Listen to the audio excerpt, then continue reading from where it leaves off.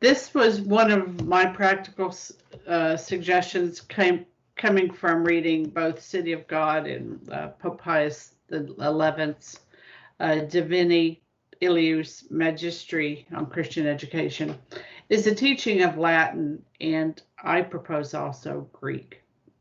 It gives more than just a command of language, but it's rather a training of the classical mind, which our country was born from, and which is a beacon of freedom for all countries.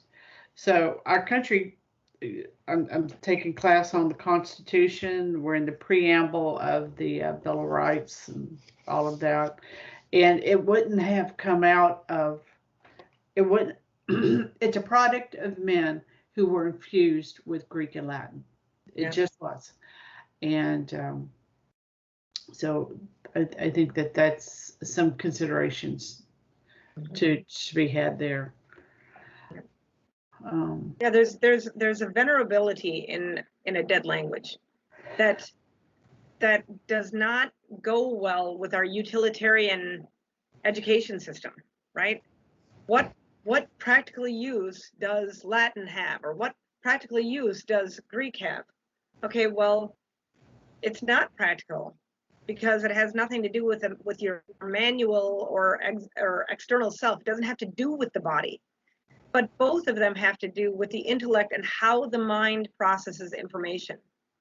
And to have a language, that is dead, that is encapsulated in time, allows you to meditate upon it, because nothing has changed in that.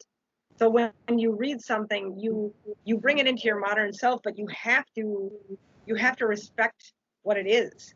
And that's actually, you see, like, and you see even the destruction of reading even the translations. I think Oxford has now said that you can get a classics degree without knowing Greek or Latin. How? I mean, it's one thing to have a degree in literature, Greek literature or Latin literature, whatever, insofar as a literary degree. But to say that you are a classical scholar and not be able to read the writings in their original language but I mean, that's just one step from removing the literature itself, right? First you get rid of this is one of the things, I mean, it's off topic, but with the Pope, more or less suppressing the Latin Mass, right? One of the things that I thought was so disheartening in there was where he basically said to people who are attached to the Latin Mass, or maybe we want to have it to be a priest in that form, to say to them, well, you have to have, you don't even know how to speak Latin. So, how dare you want to try and celebrate this Mass in Latin? And so you must know Latin if you're going to celebrate it. And I think to myself, what cruelty coming from a church that has basically suppressed the instruction in Latin to then insult the child for his ignorance. To say, no, I mean, look at St. John Vianney. St. John Vianney, they didn't insult him for his ignorance, but they did put him into a remedial class. But at least they recognized that he had that he had been prevented from learning it by a cruel state, as opposed to a loving father. But for a father to say, I mean, can you imagine mocking your child? You don't take the time to teach them how to hold their fork or hold their pencil or dress appropriately or eat their meal with a knife, whatever. And then you go out for dinner and you mock them for not being able to eat. It's such a cruelty that we hold all the keys to education as the parents, right? We're the ones who are capable of learning and discerning what is worthy of education, what is worthy of not being passed on to our children, what is worthy of being passed on to our children.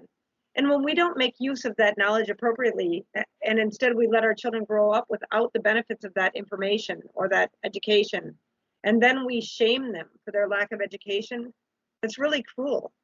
And that's really what the modern educators are doing right now. First, they're going to withhold the Latin and the Greek. They're going to say, oh, you don't need to do it. And it's going to seem like it's benevolent. You don't need to learn those languages to be a classic scholar, right?